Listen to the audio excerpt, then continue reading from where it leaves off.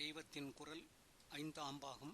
இதில் அடுத்தது பல நிலைகளில் சிவசக்திகள் என்ற தலைப்பில் வாசிக்கிறேன். தாயும் தந்தையும் என்று அம்பாளையும் சுவாமியையும் அடிமனசில் இறுகி பிடித்து நினைக்க வேண்டியதே பொதுவான பாவம். அதற்குள்ளேயே ஆச்சாரியால் அவர்களை பல நிலைகளில் பலவிதமான உறவுகளில் சொல்லியிருக்கிறவர்களை உப பாவங்களாக கொண்டால் ரசம் ஜாஸ்தியாகும். ஸ்தாயி என்ற அடிப்படையாக ஒரு நிரந்தர பாவம், சஞ்சாரி என்று அதற்கு அழகு பண்ணவே அப்பப்போ வந்து போகிற பல பாவங்கள் என்று நாடகத்திலே வைத்திருக்கிறார்கள். அந்த மாதிரி இந்த ஆனந்த லகரி பாகத்தில் அந்த இரண்டு பேரையும் எப்படியெல்லாம் காட்டியிருக்கிறது என்று கொஞ்சம் பார்க்கலாம். அசையக்கூட முடியாத தகப்பனாரை அவளே அசையச் செய்வதுதான் அவள் மகிமைக்கு சூடாமணி. அதுதான் முதல் ஸ்லோகம். லோகத்தின் பார்வையில் அவர் முக்கியமாக சம்ஹார கர்த்தாவாக இருக்கிறார் என்றால், அங்கேயும் அவள் மகிமையையே ஓஹோ என்று அடுத்த ஸ்லோகம் சொல்கிறது. அவளுடைய ஒரு பாதரேனுதான் அவருக்கு அந்த சக்தியை கொடுத்தது என்கிறது. இங்கே தெய்வமும் நாமும் எப்படி இருக்கிறோமோ அப்படி அம்பாளும் சுவாமியும் இருக்கிறார்கள். சுவாமிக்கே அம்பாள் தெய்வத்தின் தானத்தில் இருக்கிறாள். முதல் ஸ்லோகத்திலேயே அவரை திருமூர்த்திகளில் ஒருத்தராக அரிஹர விரிஞ்ச என்கிற போது அவரால் அவள் பூஜிக்கப்படுகிறாள். ஆராத்யாம் என்று அவளை அவருக்கும் தெய்வத்தின் தானத்தில் ஸ்பஷ்டமாக சொல்லியிருக்கிறது. கொஞ்சம் தள்ளி 7வது ஸ்லோகத்தில் அவளே சுவாமிக்கு ஆகோ புருஷிகா, அதாவது அவர் தன்னை தான் என்று தெரிந்து கொண்டிருக்கும் உணர்ச்சி என்று ஏறக்குறைய முதல் ஸ்லோக அபிப்பிராயத்தை ஒட்டி சொல்லியிருக்கிறது. அவரை முழுக்க அம்பாள் தானொத்த ஜோடியாக்கி காமேஸ்வரன் என்று வைத்து அவன் மடியில் காமேஸ்வரியாக பத்னி என்று உட்கார்ந்திருப்பதை அடுத்த ஸ்லோகத்தில் பரமசிவ பிரியங்க நிலையாம் என்று சொல்லியிருக்கிறது. முத்தொழிலுக்கும் மேலே இரண்டை கூட்டிய பஞ்சகிருத்தியத்துக்கு மேலதிகாரிகளாக சாட்சாத் சகுண பிரம்மத்தின் இரட்டை வடிவான சக்கரவர்த்தினியாகவும் சக்கரவர்த்தியாகவும் இங்கே அவர்கள் இருக்கிறார்கள். அவள் மாத்திரமே சகுண பிரம்மமாயிருந்து நிர்குண பிரம்மமான அவனில் அப்படியே இழைந்து கொண்டிருக்கும் நிலையை அடுத்த ஸ்லோகம் 9 சகஸ்ரராரே பத்ம சக ரகசி பத்யா விகரசே. சகஸ்ரரா பத்மத்தில் பதியுடன் கூடிய ரகசியத்தில் களியாயிருக்கிறாய் என்கிறது. அப்புறம் ஒரு ஸ்லோகம் 11 ஸ்ரீசக்கர ரூபத்திலும் அவர்கள் எப்படி சேர்ந்திருக்கிறார்கள் என்பதை சொல்லுகிறது. அதில் 4 சக்கரம் அவருடையது, 5 அவளுடையது என்று. அவள் பரம பதிபிரதியாக தன்னுடைய பூரண ஸ்வரூபத்தை அவர் ஒருத்தருக்கே காட்டுகிறாள் என்று அடுத்த ஸ்லோகத்தில் சொல்கிறார். இங்கே பதிக்கு அடங்கின பத்னியாக அவள் இருக்கிறாள். ஆனால் அப்புறம் 10-12 ஸ்லோகம் தள்ளி 23வது ஸ்லோகத்தில் அவளை ஒரே அடாவிடியாக கிளம்பி அவருடைய பாதி சரீரத்தை அபகரித்தது போதாதென்று இன்னொரு பாதியையும் அபகரித்து விட்டதாக ஆச்சாரியால் குற்றப்பத்திரிகை தாக்கல் செய்கிறார். அதற்கடுத்த ஸ்லோகத்தை பற்றி கொஞ்சம் டீட்டெயில் ஆக சொல்லணும். 2ஆம் ஸ்லோகத்தில் திரிமூர்த்திகள் தங்கள் தொழிலை செய்வதை சொன்னார் போலவே இங்கே ஆரம்பித்திருக்கிறார். ஜெகத் சதே ததா பிரம்மலோகத்தை பிறப்பித்திருக்கிறார். அரிஹவதி விஷ்ணு பரிபாலிக்கிறார். ருத்ர க்ஷபயதே ருத்ரன் அழிக்கிறார். ஆனால் அதோடு முடிக்காமல் பஞ்சகிருத்திய மூர்த்திகளில் பாக்கியுள்ள 2 பேரின் காரியங்களையும் சொல்கிறார். அதில் ஒருவர் ஈஸ்வரன். ஈசத்ரயதி என்ற ஸ்லோகத்தில் வருகிறது. ஈசன் மாயையால் மறைக்கிறான் என்று அர்த்தம். ஈசன் என்றாலும் ஈஸ்வரன் என்றாலும் ஒன்றே. ஆட்சி செலுத்துகிற லார்ட் என்று அர்த்தம். வாஸ்தவத்தில் இவன் பஞ்சகிருத்திய ஆபீசர்களில் ஒருத்தர்தான். நிஜமான எஜமானியம்மா பராசக்தி தான். அவள்தான் அந்த 5 அதிகாரிகளையும் தன்னுடைய ராஜ்யத்தில் அப்பாயிண்ட் பண்ணி வேலை வாங்குகிறவள். வேலை வாங்குவது என்றால் சர்க்குலர் மெமோ அனுப்பி கொண்டோ வாய்ப்பேச்சால் உத்தரவு போட்டோ ஒன்றும் பண்ண மாட்டாள். மகாராஜ்ஞி அப்படியெல்லாம் அலட்டிக்கொள்ள மாட்டாள். அவள் துளி ஏதாவது சைகை காட்டினாலே போதும், அதுவே உத்தரவு என்று அந்த அதிகாரிகள் கிறுகிறுவென்று காரியம் ஆரம்பித்து விடுவார்கள். அப்படித்தான் கொடி மாதிரி உள்ள தன் புருவத்தை ஒரு செகண்ட் மாதிரி அசைக்கிறாள். க்ஷண சலிதையோ ப்ரூ லதிகையோ என்று பளிச்சென்று வார்த்தை விழுந்திருக்கிறது. அதையே உத்தரவு என்று சிரசில் வகித்துதான் ஆக்ஞாம் ஆலம்பிய அவளுடைய ஆக்ஞை என்று கெட்டியாக பிடித்துக்கொண்டு பஞ்சகிருத்திய மூர்த்திகள் சிருஷ்டி முதலான காரியங்களை செய்வது. இத்தனை கார்வார் ராஜாங்க தடபுடல் அவளுக்கே இங்கே இருந்தாலும் திருமூர்த்திகள் அவளை தெய்வமாக பூஜிக்கிறார்கள் என்று ஆரம்பத்தில் சொன்னதை விட இது ஒரு படி குடைச்சல்தான். அங்கே அவள் தெய்வம், அவர்கள் பக்தர்கள் என்று இருந்தார்கள். இங்கே அவள் எத்தனைதான் ராணித்தனம் காட்டி அவர்களும் சலாம் போட்டாலும் அவள் ராணியும் அவர்கள் கிங்கரர்களும் தான். ராஜா சேவகர் என்பதை விட தெய்வம் பக்தர்தானே உசத்தி. இப்படி சேவகராக இருக்கப்பட்டவர்களில் ஒருவர்தான், திரோதன தொழில் செய்கிறவர்தான் ஈஸ்வரன் என்று பெத்த பெயர் வைத்து கொண்டு விட்டார். லோகம் முழுவதையும் மற்ற திரிமூர்த்திகளையும் கூட மாயையில் அப்படியே கட்டி போட்டிருக்கும் தொழில் நாம் தானே செய்கிறோம் என்று அப்படி பெயர் வைத்து கொண்டு விட்டார். திரஸ்குர்வன் ஏதத் என்று அந்த திரிமூர்த்திகளையும் அவர் மாயைக்கு ஆட்படுத்தி இருப்பதை சொல்லியிருக்கிறது. அது மட்டுமில்லை, தான் இப்படி செய்வது தெரியாமல் தன்னையும் தானே அவர் மாயா சக்தியால் மறைத்து ஒழித்துக் கொண்டிருக்கிறார். இதை ஸ்வம் அபி வபு ஈஸ்ரயதி என்று சொல்லியிருக்கிறது.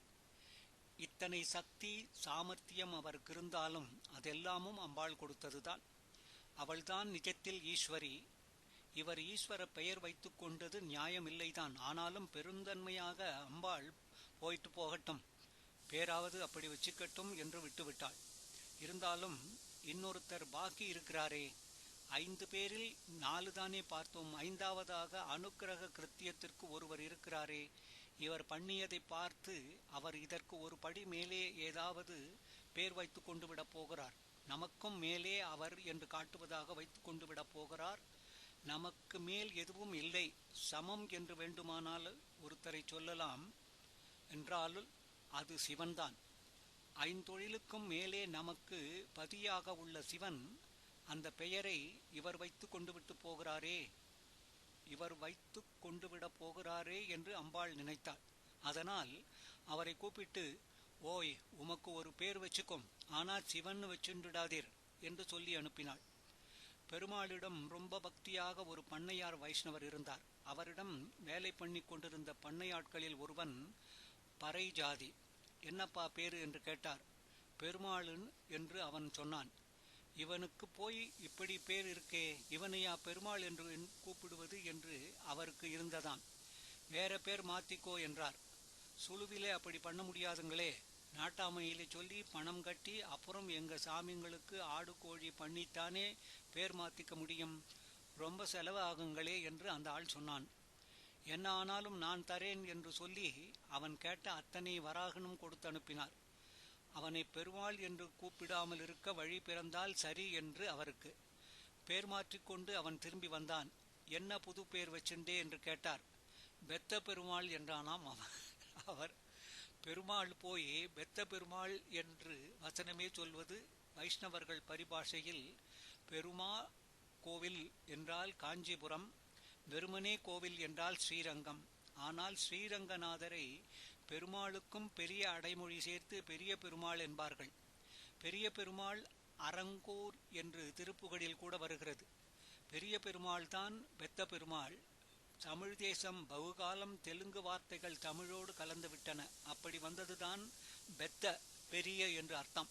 அனுக்கிரக கிருத்தியக்காரர் சிவன் என்று பெயர் வைத்து கொண்டு விட போகிறாரே என்று அம்பாள் நினைத்து வேறே பெயர் வைத்து கொள்ள சொன்னதில்தான் இத்தனை கதையும் வந்தது. அவர் என்ன பண்ணினார், என்ன பெயர் வைத்துக் கொண்டார் என்பதை ஆச்சாரியால் சொல்லியிருக்கிறார். சதா பூர்வ சிவ என்று. அப்படியென்றால் சதா என்ற அடைமொழியை முன்னாலே கொண்டுள்ள சிவன் என்று அர்த்தம். அதாவது சதா சிவன். அதுதான் அனுக்கிரக கிருத்தியத்திற்கான மூர்த்தி வைத்துக்கொண்ட பெயர். ஆனால் ஆச்சாரியால் ஏன் சதாசிவன் என்று இப்படி பிளைனாக சொன்னாமல் சதா என்று முன்னாலே அடைமொழி சேர்த்து கொண்ட சிவன் என்று நீட்டிச் சொல்கிறார் என்றால் குறும்பாகத்தான் அப்படி பண்ணியிருக்கிறார். அம்பாளிடம் அம்மா என்றால் அவளிடம் கொஞ்சம் விஷமம் பண்ணினால்தான் அழகு என்பதால் குறும்பு பண்ணியிருக்கிறார். அவள் சிவன் பேராக இருக்கப்படாது என்று நினைத்து அனுக்கிரக கிருத்தியக்காரரிடம் அப்படி வச்சுக்காதீர் என்று சொல்ல போக, அவர் வெறும் சிவன் இல்லை, சதாசிவன், எப்போதுமே சிவன் என்பதால் அதை ஒரு காலத்தில் மாற்றிக்கொள்ளும்படி சொல்ல முடியாது என்கிற மாதிரி சதாசிவன் என்று பெயர் வைத்து கொண்டு வந்து அவளை ஏமாற்றிவிட்டார். அவள் ஏமாந்த அந்த கதையை சொல்லி குறும்பு பண்ணனும், சட்டிலாக மறைமுகமாக சொல்லி படிக்கிறவர்களே இதென்ன இப்படி இருக்கே என்று யோசித்து காரணத்தை கண்டுபிடிக்கும்படி பண்ணினால்தான் அது இலக்கிய நயமாகும், படிக்கிறவர் மனசிலும் ஆழமாக இம்ப்ரெஸ் ஆகும் என்றுதான் பஞ்சகிருத்திய மூர்த்திகளில் ஒவ்வொருத்தர் பெயரையும் சொல்லிக் கொண்டு வரும்போது சதாசிவன் என்று நேராகச் சொன்னால் படிக்கிறவர்கள் அதை விசேஷமாக கவனிக்க மாட்டார்கள் என்பதால் அப்படி சொல்லாமல் சதாபூர்வ சிவன் என்று சொல்லி அதை விசாரிக்கப் போயே அம்பாள் ஏமாந்த கதையை எல்லோரும் தப்பாமல் தெரிந்து கொள்ளட்டும் என்றே இப்படி ஆச்சாரியால் போட்டிருக்கிறார். சொல்ல வந்த விஷயம், அம்பாளுக்கும் சுவாமிக்கும் எத்தனை விதமான ரிலேஷன் சொல்லியிருக்கிறது என்பது. திரிமூர்த்திகளில் ருத்ரனாகவும் ஈஸ்வரனாகவும் சதாசிவனாகவும் உள்ள சுவாமிக்கு அம்பாள் எஜமானியாயிருந்து அவர் சேவகராக இருக்கிறதாக இங்கே ஸ்லோகம் 24 ரிலேஷன்ஷிப் காட்டியிருக்கிறார். அடுத்த ஸ்லோகத்தில் முக்குணங்களுக்கு முத்தொழில்கள் மும்மூர்த்திகள் என்ற பொது அபிப்பிராயத்தையே, ஆரம்ப ஸ்லோகங்களில் சொன்ன அபிப்பிராயத்தையே எடுத்துக்கொண்டு உன்னொருத்திக்கு பண்ணும் பூஜையே அவர்களுக்கும் பண்ணியதாகிறது. எப்படியென்றால், உன் சரணத்தில் அவர்களுடைய சிரஸ் இருக்கிறது, தங்கள் தலைக்கு மேலே அவர்கள் கையை கூப்பிக்கொண்டு அந்த தலையை உன்னுடைய சரணத்திலே சாய்த்து நமஸ்கரித்து கொண்டிருக்கிறார்கள். அந்த கைகளான கூப்பின தாமரைகள் உன் சரணத்தில் அர்ச்சனை பண்ணிய புஷ்பங்களாக இருக்கின்றன. அந்த அர்ச்சனை புஷ்பங்களின் மேலேயும் மற்ற சகல பக்தர்களும் உன்னுடைய சரணத்தில் அர்ச்சனை செய்யும் புஷ்பங்கள் விழுந்துதானே ஆகணும். இப்படி உன் ஒருத்திக்கு செய்யும் பாத பூஜையே திருமூர்த்திகளின் சிரசுக்கும் கரத்துக்கும் செய்த பூஜையும் ஆகிவிடுகிறது என்கிறார். பூஜிக்கிறவர்களே பூஜிக்கப்படுபவர்களுமாக விடுகிறார்கள். இங்கேயும் திரிமூர்த்தியில் ஒருத்தரான சிவாம்சமான ருத்ரன் அம்பாளுக்கு பக்தராகவும் அவள் அவருக்கு தெய்வமாகவும் இருக்கிறாள்.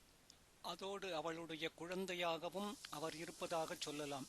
எப்படி என்றால், திரயானாம் தேவானாம் திரிகுண ஜனிதானாம் தவசிவே என்று ஆச்சாரியால் சொல்கிறார். சிவா என்ற பெயரை அர்த்த புஷ்டியோடு போட்டிருக்கிறார். சிவம் சதுர்த்தம் என்று மாண்டூக்கியம் சொல்கிறது. திரிகுணங்களுக்கு மேலேயுள்ள துரியம் என்ற பிரம்ம நிலைதான் சதுர்த்தம். சிவமாக உள்ள போது அது காரியமில்லாத பிரம்மம், சிவாவாக உள்ள போது காரிய பிரம்மம்.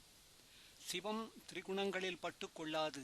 அதன் சித் சக்தி இச்சையாக கிளம்பி காமேஸ்வரியாகித்தான் திரிகுணங்களை பிறப்பித்து முத்தொழில்கள் என்கின்ற கிரியைக்காக திரிமூர்த்திகளை அந்த திரிகுணங்களிலிருந்து பிறப்பித்து தவ திரிகுண ஜனிதானாம், உன்னுடைய திரிகுணங்களில் ஜனித்தவர்களே திருமூர்த்திகள் என்கிறார். அப்படியென்றால் அவளுக்கு ஜனித்தவர்கள்தான் திருமூர்த்திகளுக்கும் அவள் ஜனனி. சுவாமிக்கு அம்பாளை மாதாவாகவும் தத்துவ ரீதியில் சொல்வதுண்டு.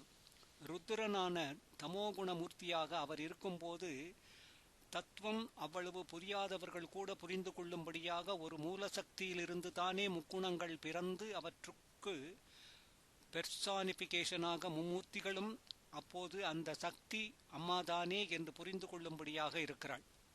பாட்டி என்று கூட சொல்லலாம். சுவாமிக்கும் அவள் அம்மா என்பது பல பேர் சொன்னது, யாரும் சொல்லாதது நான் நாவலாகச் சொல்வது பாட்டி என்று. முதலில் திரிகுணங்கள் துரிய பராசக்தியின் குழந்தைகளாக பிறந்தன. அந்த திரிகுணங்களின் குழந்தைகளாக திரிகுண ஜனிதானாம் என்று ஆச்சாரியால் சொல்கிறபடி பிறந்தவர்கள் திருமூர்த்திகள் என்றால் அவளுக்கு பேர குழந்தைகள் தானே. இப்படி ஒரு ரிலேஷன் ருத்ரசிவனுக்கு அம்பாளுடன் அடுத்த ஸ்லோகத்தில் 26. மற்ற எல்லா தேவர்களும் முடிந்து போகிற மகாசம்ஹார காலத்திலும் அம்பாளோடு ரமித்துக் கொண்டிருப்பவராக சுவாமியை சொல்லியிருக்கிறது. அங்கே பஞ்சமூர்த்திகளும் கூட முடிவுதான். சம்ஹார ருத்ரனும் முடிந்து போகிற மகாசம்ஹார அது. அதை பண்ணுவது டைரக்டாக பராசக்தியே. போதும் விளையாட்டு என்று துவைத பிரபஞ்சத்திற்கு அவள் அப்படியே கடை கட்டி விடுகிற காலம் அது. அப்போது திரோதான அனுக்கிரகங்கள் பண்ணவும் ஏது இடம். அதனால் சிவசாமியர்களாகவே நினைக்கப்படுகிறவர்களில் 3 பேர், ருத்ரனும் மகேஸ்வரனும் சதாசிவனும், அப்போது முடிந்து போக வேண்டியதுதான். அம்பாளுடைய பஞ்ச பிரம்மாசனத்தை பஞ்ச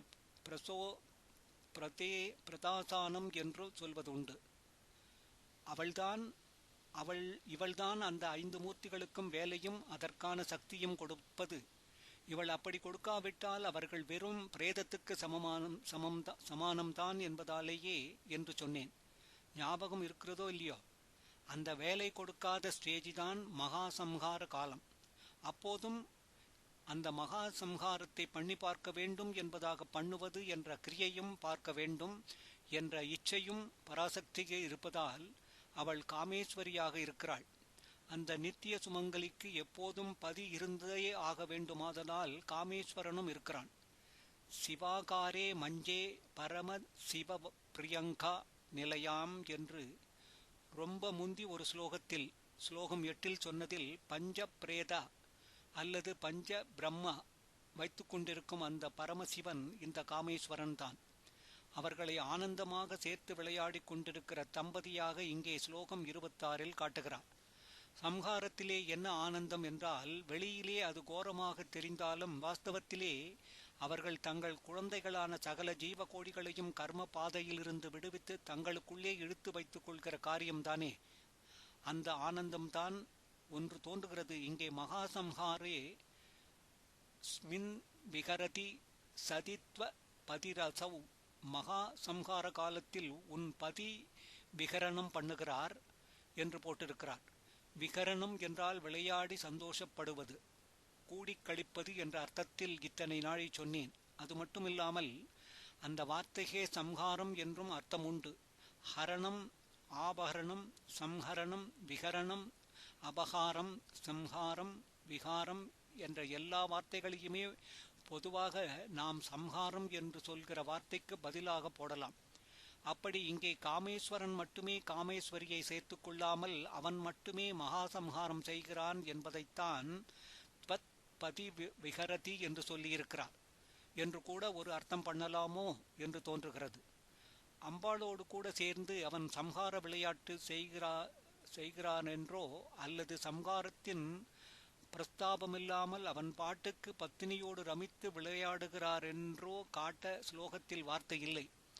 அந்த மகாசம்ஹாரத்தின் போது இந்த உன் பதி விகரணம் பண்ணுகிறான் என்று மட்டும்தான் வாக்கியம் இருக்கிறது. மகாசம்ஹாரே ஸ்மிந்த விகரதி சதித்வ பதிசர் ரசௌ. அதனால் அவனேதான் அந்த சம்ஹாரத்தை பண்ணுகிறான் என்று அர்த்தம் பண்ணிக்கொள்ள நன்றாக இடம் கொடுக்கிறது. இப்படி எதற்கு அர்த்தம் பண்ணுகிறேன் என்றால், அம்பாளுக்கு பரிந்து கொண்டுதான் அவளுக்கு நல்ல பேர் வாங்கி கொடுப்பதற்குத்தான் வெளிப்பார்வைக்கு கோர கிருத்தியமாக தெரியும் மகாசம்ஹாரத்தை அவள் பண்ணவில்லை. திட்டம் அவளுடையதுதான் என்றாலும் எக்ஸிகியூஷன் அதுதானே குரூரமாக தெரிகிறது. அது அந்த தாயாருடையதில்லை. சிருஷ்டியில் இதுவரை அந்த ராணிக்கு உப்புக்கு சப்பானி ராஜாவாகவே இருந்திருக்கும் காமேஸ்வரன் இப்போது சிருஷ்டியை முடிக்கும் போது மட்டும் நன்றாக அதிகாரம் பெற்று அவன் அதை பண்ணுவது என்று காட்டி அவளுக்கு நல்ல பேர் வாங்கி வைப்பதற்குத்தான் இப்படி அர்த்தம் பண்ணினேன். எனக்கு லலிதா சகஸ்ரநாமத்தின் சப்போர்ட்டே இருக்கிறது. அதனால் யாரும் இவர் என்ன இஷ்டப்படி அர்த்தம் பண்ணுவது என்று கேட்க முடியாது. சகஸ்ரநாமத்தில் என்ன இருக்கிறது? மகேஸ்வர மகாகல்ப மகாதாண்டவ சாட்சினி என்றிருக்கிறது. மகாகல்ப மகாதாண்டவம் என்பதை அத்தனை கல்ப காலங்களும் முடியும் பிரளயத்தின் போது மகேஸ்வரன் ஆடுகிற பெரிய ஆட்டம் என்று அர்த்தம் பண்ணலாம். அல்லது மகேஸ்வரனால் மகத்தான் முறையில் கற்பனை பண்ணப்பட்ட மகா பெரிய பிரளய கூத்து என்றும் அர்த்தம் பண்ணலாம். கல்பனை கல்பனை என்றாலே நாம் நினைக்கிறபடி வெறும் இட்டுக்கட்டல் இமேஜினேஷன் என்று அர்த்தமில்லை. நன்றாக திட்டம் போட்டு காரியமாக பண்ணுவதும் கல்பனைதான். அப்படி மகேஸ்வரனேதான் மகா பிரளயத்தை பண்ணுகிறார் என்ற அர்த்தம் சொல்லலாம். இங்கே மகேஸ்வரன் என்றால் திரோதான மூர்த்தி என்ற அர்த்தமில்லை. இந்த சந்தர்ப்பத்தில் அந்த அர்த்தம் கொஞ்சம் கூட பொருந்தாது. மகிமை வாய்ந்த ஆளும் பிரபுவுமாக இருப்பவன் என்பதே இங்கே மகேஸ்வரனுக்கு அர்த்தம். இப்படி அவன் மாத்திரமே பிரளயத்தில் விகரணம் பண்ண அம்பாள் வெறுமனே அதை பார்த்து கொண்டு மட்டும் சாட்சியாயிருக்கிறாள் என்பதுதான் மகேஸ்வர மகாகல்ப மகா தாண்டவ சாட்சினிக்கு அர்த்தம். ஆக இது ஒரு ரொம்ப வினோதமான, பொதுவாக சொல்வதற்கு நேர்மாறான ரிலேஷன். அம்பாளுக்கும் ஈஸ்வரனுக்கும் இடையில் பொதுவாக சொல்வதென்ன? அவள்தான் காரியம் பண்ணுபவள், சிவன் சாட்சி மாத்திரமாக பார்த்து கொண்டிருக்கும் ஆத்மஸ்வரூபம் என்பதுதான். இங்கேயோ அவன் காரிய சக்தியாக மகா சம்ஹாரம் செய்ய அவள் சாட்சியாயிருக்கிறாள்.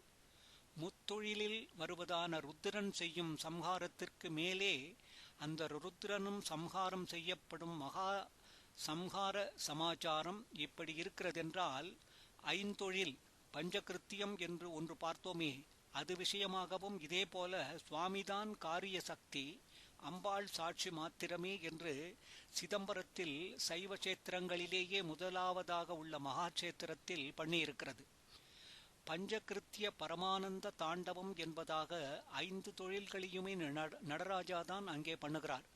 ராஜா என்றால் அதிகாரமுள்ள அசல் சாவரின் ராஜாவாகவே அவர் அங்கே ஒரே கூத்து அடித்து அமர்க்களப்படுத்தி கொண்டிருக்க, பராசக்தி தன்னுடைய சக்தியெல்லாம் அடக்கிக் கொண்டு பரமசாந்தையாக இருக்கிற இடமே தெரியாமல் இருப்பாள். ஐயா ஐயா என்று அங்கே எஜமானருக்குத்தான் விசேஷமெல்லாம். எதிர்வெட்டாக அம்மா அம்மா என்று அவளுக்கே முதலில் பூஜை நைவேத்தியம் அவர் பேக்ரவுண்டில் என்று மதுரையில் இருக்கிறது. ஒரு கிரகத்தில் புருஷன் வைத்தது சட்டமா அல்லது பெண்டாட்டிதான் நாட்டாண்மையா என்று கேட்பதற்கு சிதம்பரமா மதுரையா என்று கேட்பதுண்டு. சௌந்தரியலகரியில் அம்பாள் சுவாமிகளின் பலவித ரிலேஷன் சொல்லிக் கொண்டிருந்தேன். அதிலே பொது அபிப்பிராயத்திற்கு வித்தியாசமாக சுவாமியே மகாசம்ஹார கிருத்தியம் செய்ய அவள் பார்த்து கொண்டு ஆக்டர், அவள் ஸ்பெக்டேட்டர் என்றும் ஒரு ரிலேஷன் துவனிக்கிற மாதிரி இந்த ஸ்லோகத்தில் வார்த்தை விழுந்திருக்கிறது. மகா சம்ஹாரேஸ்மின் விகரதி சதி த்வத் பதிரசௌ. இன்னொரு இடத்தில் அவளை விகரசி என்கிறார். அங்கே விளையாடுகிறாய், பதியோடு கூடி கழிக்கிறாய் என்றே ஸ்பஷ்டமாக அர்த்தம் கொடுக்கும்படியாக பத்யா சக விகரசே என்கிறார். சகஸ்ரரே பத்ம சக ரகசி பத்யா விகரிசை என்று யோகி மூலாதாரத்திலிருந்து சக்கரமாக குண்டலினி சக்தியை எழுப்பிக் கொண்டு சிரஸ் உச்சியை அடைகிற போது அந்த சக்தியாக இருக்கிற அம்பாள் பூர்ணமாக தன்னை வெளிப்படுத்தி கொண்டு பதியோடு சேர்ந்து விளையாடுகிறாள். அதாவது சிவசக்திகள் ஐக்கியமாகின்றன என்ற விஷயத்தை அங்கே தெரிவித்திருக்கிறார். இதுதான் இன்வல்யூஷனில் கடைசி ஸ்டேஜ். அதோடு ஜீவாத்ம பரமாத்ம ஐக்கியம் உண்டாகி மோட்ச பிராப்தி ஏற்பட்டு விடுகிறது. சம்ஹாரம் மாதிரி வெளிப்பார்வைக்கு கூட குரூரமாக தெரியாமல் இப்படி ஒரே ஆனந்தமாக அமிர்த பிரவாகத்தை ஒரு ஜீவனுக்குள் கொட்டிக்கொண்டு அப்புறம் அமிர்தம் என்பது பிரவாகமில்லை அனுபவம் என்பதாக அவனையே அமிர்தமாக அமரமாக ஆக்கும்போதுதான் பிரேமமயமான அந்த தாயார் விகாரம் பண்ணுவதாக சொல்லியிருக்கிறார். சம்ஹாரத்தின் போது சுவாமியை சொல்லியிருக்கிறார் என்று வைத்துக் கொள்ளலாம். அவர்களுடைய ரிலேஷன்களில் குரு சிஷ்ய ரிலேஷனும் உண்டு. சுவாமி குருவாகவும் அம்பாள் சிஷ்யையாகவும் இருப்பார்கள். ஆகமங்கள் என்றும் தந்திரங்கள் என்றும் சம்ஹிதைகள் என்றும் சொல்லப்படும் வழிபாட்டு முறைகள் எல்லாமே சுவாமி உபதேசித்து அம்பாள் கேட்டுக்கொண்டதாகத்தான் இருக்கின்றன. ஞானாம்பிகையேயான அவள் வித்யையின் மகிமை லோகத்திற்கு தெரிய வேண்டும் என்பதற்காகவும் ஒரு பெண்ணுக்கு பதியேதான் குருஸ்தானமும் என்பதை கொச்சைப்படுத்துவதற்காகவும் இப்படி சிஷ்ய பாவத்தில் இருந்து கொண்டு சாட்சாத் பதியிடமே உபதேசம் பெற்றுக் கொள்கிறாள். அந்த ரிலேஷனும் சௌந்தரியலகரி ஸ்லோகம் 31 சொல்லியிருக்கிறது. 64 சுவாமி உபதேசித்து அம்பாள் கேட்டுக்கொண்ட விஷயம் இதில் வருகிறது. நேரே அந்த விஷயத்தை அதற்காகவே சொல்லவில்லை. எதையுமே ஒரு நூதனமான கோணத்தில் சொல்வதுதான் சௌந்தரிய லகரியின் சிறப்பு. அப்படி இங்கே சுவாமி ஒவ்வொரு விஷயத்தில் சித்தி தரவல்ல ஒவ்வொரு தந்திரமாக உள்ள 64 உபதேசித்துவிட்டு அதோடு பேசாமல் இருந்து விட்டார். அப்போது பார்த்தாய், இதென்னடா இது, ஏதோ ஒவ்வொரு பலனை தரும் மற்ற தேவதோபாசனைகளான 64 மட்டும் நம் குழந்தைகளுக்கு கொடுத்துவிட்டு தர்மார்த்த காமமோட்சங்களாகிய எல்லா பலன்களையும் தரவல்லதான நம்முடைய ஸ்ரீவித்யோபாசனையில் வருகிற சமயாச்சார தந்திரத்தை மட்டும் உபதேசிக்காமல் வாயை மூடிக்கொண்டு விட்டாரே. தர்ம அர்த்த காம பலன்களும் அதற்கு உண்டுதான் என்றாலும் முக்கியமாக பாஹ்ய புற பூஜைகளெல்லாம் ஆதாரமாக்கி அகவழிபாடாக்கி அப்படியே அந்த கரணத்தையும் ஆத்மாவிலே ஒடுக்கிவிடும் பிரம்ம சாட்சா்காரத்திற்கு வழியாயிருப்பது இந்த தந்திரமே அல்லவா? இதை குழந்தைகளுக்கு காட்டாமல் பூட்டி வைத்துக்கொண்டு தனக்கும் வாய்ப்பூட்டு போட்டுக்கொண்டு உட்கார்ந்து விட்டாரே, இதென்ன அநியாயம் என்று பார்த்தாய். என் குழந்தைகளுக்கு என் தந்திரத்தை சொல்லிக் கொடுக்காவிட்டால் விடமாட்டேன், அவரை நிர்பந்தப்படுத்தினாய் என்று அந்த ஸ்லோகத்தில் சொல்லியிருக்கிறார். நிர்பந்தம் என்ற வார்த்தையே ஆச்சாரியால் போட்டிருக்கிறார். புனஸ்மன் நிர்பந்தியாத். பிரம்மமாக அடித்து வைத்திருந்த சுவாமியை இவள்தான் லீலையில் இழுத்து விட்டது. ஆனாலும் அப்புறம் அதிலே அவர் அசதியாகவே போய்விட்டார்.